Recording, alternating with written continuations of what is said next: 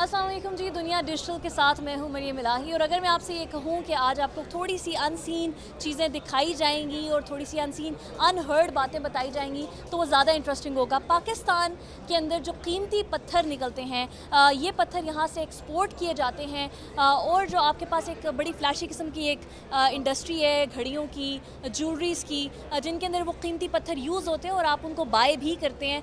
उन पत्थरों की एक मार्केट जो है वो पाकिस्तान में भी पाई जाती है और पाकिस्तान खासा खुद कफ़ील है ऐसे कीमती पत्थरों में जो आपको ज्वेलरी में आवेज़ा नज़र आते हैं या ऐसी कोई महंगी महंगी बाहर की इंपोर्टेड घड़ियों में दिखाई देते हैं। मेरे साथ एक जेमोलॉजिस्ट हैं, उनसे इस बारे में मज़ीद जानते हैं।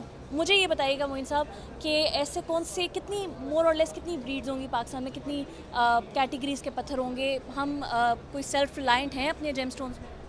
जी, पाकिस्तान बहुत मिनरल रिच एनवायरनमेंट है। यहाँ पे काफ़ी प्रेशियस सेमी प्रेशियस स्टोन्स पाए जाते हैं। जो वॉच मेकिंग की आपने बात की, जिस तरह उसमें सवात एमरल्ड्स का बहुत बड़ा रोल है। वो सवात एमरल्ड ख़ासा ऐसा ओरिजिन है जहाँ पे रिच विविड ग्रीन एमरल्ड्स हमें मिलते हैं और जो मिली साइज़ में बहुत वॉचेस में यूज़ किए जाते हैं। इसके अलावा बहुत स्टोन्स पाकिस्तान में टोपाज, पेरिडॉट, रूबी, सैफायर्स ये पाए जाते हैं, जिनकी अगर हम कहें तो दूसरे ओरिजिन से कोई कम नहीं है हमारे पाकिस्तान ओरिजिन के स्टोन्स। ओरिजिन से कम नहीं है। मुझे बताएं कि इनको एक्सपोर्ट किया जाता है या ये स्मगल भी होते हैं? जी, इनमें एक्सपोर्ट भी की जाती है, जो मतलब मैं अक्सर देखता हूँ स्मगल भी होता है, उसको डिनाई नहीं हम कर सकते। लेकिन जो अनफॉर्चुनेट बात ये है कि हम इसको एक्सपोर्ट कर देते हैं इसकी रॉ फॉर्म में।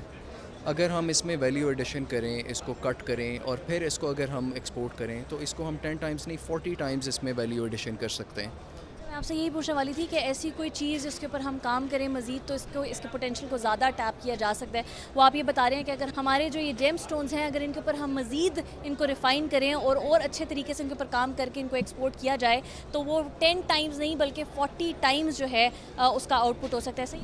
जी, बिल्कुल ऐसे ही है। इसमें वैल्यू एडिशन इस तरह हो सकती है कि अब हम जब स्टोन्स एक्सपोर्ट कर देते हैं रॉ फॉर्म में, अब इसकी एग्जांपल है एक बैंकॉक की और इंडिया की मार्केट। बैंकॉक और इंडिया ख़ुद इतने मिनरल रिच एनवायरनमेंट नहीं हैं, लेकिन उनका जो स्टोन्स की मार्केट वहाँ पे बहुत बड़ी है। उसकी वजह ये है कि उनके पास कटिंग सेंटर्स मौजूद हैं। उनके पास एक तो लेबर मौजूद है, स्किल्ड लेबर जो कटिंग कर सकती है स्टोन्स की।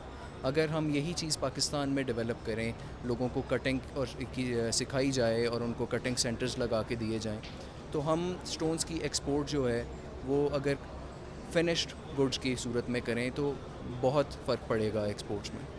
अगर हम अपनी इन चीज़ों को फिनिश्ड गुड्स की तरफ लेकर जाएं, उनके ऊपर मज़ीद काम करें तो वैल्यू एडिशन और भी ज़्यादा की जा सकती है और उससे और ज़्यादा जो है वो कैपिटलाइज उसको किया जा सकता है। इस तरह के जो जेम्स होते हैं, जो कीमती पत्थर होते हैं जिनकी कीमतें बहुत ज़्यादा होती हैं, पाकिस्तान के अंदर इस तरह के मोर और लेस ऑलमोस्ट अच्छी ब्रीड के तो तमाम ही पत्थर पाए जाते हैं। यहाँ पर मैं देख रही थी कि यहाँ पर एमरल्ड भी हैं, यहाँ पर जो है वो सेफायर भी हैं, जो कि काफ़ी महंगे पत्थर होते हैं और यही वो पत्थर होते हैं जो डिफरेंट प्रोडक्ट्स में जब आपको नज़र आते हैं तो आप उनकी कीमत एक्स्ट्रा देते हैं और अगर पाकिस्तान इसके ऊपर मज़ीद काम करे तो उनको बेहतर बनाया जा सकता है। जी।